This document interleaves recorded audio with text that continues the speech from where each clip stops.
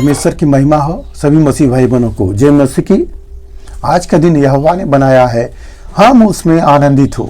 मेरे प्यारों, आइए प्रभु का वचन सुने और अपनी सारी चिंता परेशानियों को प्रभु के हाथ में सौंप दीजिए। क्या जाने प्रभु की दया हो और आप वचन सुनते सुनते भले चंगे हो जाए।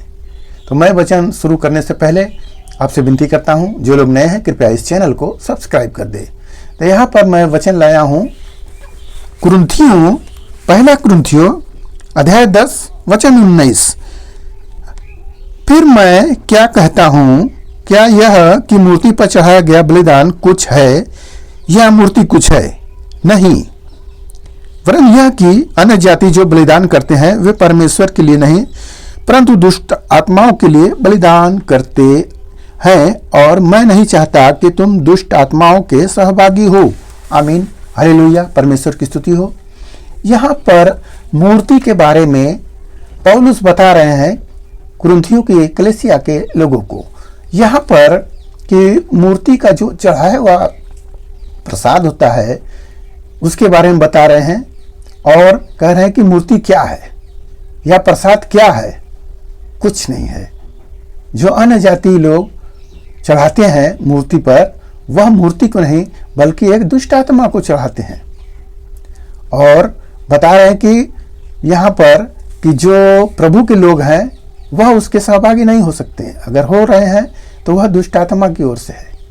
तो मेरे प्यारों, यहाँ पर वचन हमें यह सिखा रहा है कि हम परमेश्वर के बेटे हैं और बेटियां हैं। हमें परमेश्वर ने चुना है, तो हमें उस संसार से अलग किया है। हम उसके भागी नहीं हो सकते हैं। आप देखेंगे दानियल की किताब में जो सद्रक मेशक अबेदनगो आदेश जारी करता है कि जो मूर्ति सोने की खड़ी कराई गई है उसी मूर्ति के सामने सारे देश के लोग दंडवत करो। जब बाजा बजे, शहनाई बजे, बीड़ा बजे, तब सभी लोग उसको झुककर दंडवत करो। जो नहीं करेगा वह धधकते हुए आग के भट्टे में डाल दिया जाएगा।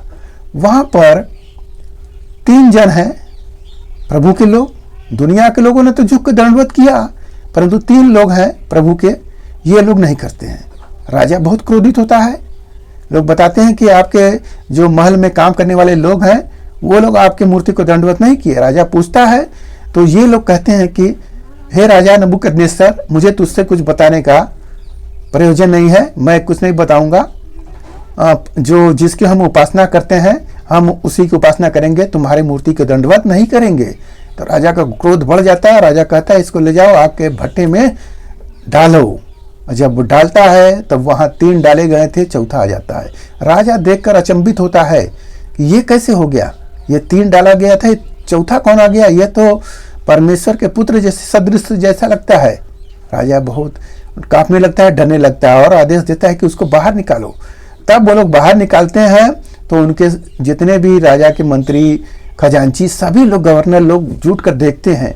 वह आदमी जो 3 लोग थे, सद्रक मेशक अबेदनगो, इनके शरीर में कोई भी जलने का भी चिन्ह नहीं पाया गया और सभी लोग खुश थे, आनंदित थे। तब राजा उनसे कहता है कि तुम्हारा परमेश्वर ने तुम्हें बचा लिया। देखो, तुमने अपने शरीर की भी चिंता नहीं की और परमेश्वर पर भरोसा किया और तब तुम्हारा परमेश्वर तुम्हें बचा लिया। तब वह राजा उस परमेश्वर को दंडवत करता है और कहता है कि इनके परमेश्वर को छोड़ यदि कोई भी दूसरे देवता को पूजा करेगा तो वह आग में डाला जाएगा। हालेलुया। यहाँ पर जब हम अर्पण करते हैं, किसी चीज को छोड़ते हैं, तो परमेश्वर हमारे साथ होते हैं और हमें बचाते हैं। अगर हम वो लोग मूर्ति को दंडवत करते तो आज उनकी बात कोई नहीं सुनता, खत्म हो जाते, जैसे संसार के लोग खत्म हो गए। हम परमेश्वर का धन्यवाद करते हैं कि हम परमेश्वर के चुने हुए लोग हैं। परमेश्वर ने हमें चुना है तो हम उस मूर्ति को दंडवत नहीं करते, क्योंकि यहाँ पर लिखा है, पौलुस कह रहे हैं कि मूर्ति जो है क्या है, फोटो क्या है? कुछ भी नहीं है। यह मनुष्यों के हाथ की बनाई हुई है। ये बोल नहीं सकती, चल नहीं सकती, कुछ भी नहीं कर सकती। जैसे बनाने वाले हैं और जैसे उस पर विश्वास करने वाले, सब मूर्ति के समान हो जाएंगे। तो मेरे प्यारों, यहाँ हम उस मूर्ति को जो यहाँ पर बोला गया है कि वह जो चढ़ाते लोग हैं वह दुष्ट आत्मा को चढ़ाते हैं और दुष्ट आत्मा लेता है। हम परमेश्वर को धन्यवाद करते हैं, वह जीवित परमेश्वर है, वह लेता है।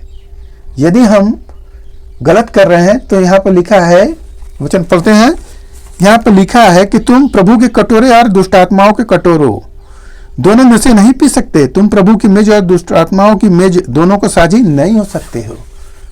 यदि आप सोच रहे हो कि हम यीशु मसीह में भी हैं और उधर दुष्ट आत्मा वाले में भी हो जाए, तो अगर आप दोनों कर रहे हो तो आप गलत ही कर रहे हो, आप एक दिन गिर जाओगे।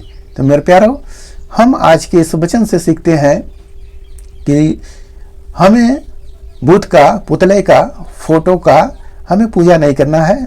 हमारा प्रभु सच्चा है, वह हमारी सहायता करता है। जैसे दानियल के मित्रों को बचाया, सद्रक मेशक अबेदनगो को, और आपको भी बचाएगा, आपको भी संभालेगा, आपको भी आशीष देगा। जो भी समस्याएं होगी प्रभु आपको संभालेगा।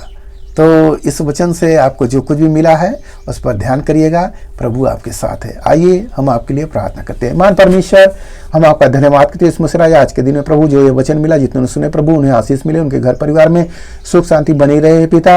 हालेलुया, अनुग्रह से भर दे पिता। हालेलुया, जैसे वचन सुने प्रभु उसके अनुसार चलने वाले हो। हालेलुया, दो तरफी जिंदगी जीने वाले ना हो। मेरे राजा, आपका अनुग्रह, दया, प्रेम उनके साथ बना रहे। धन्यवाद करते प्रार्थना यीशु मसीह के नाम में, आमीन।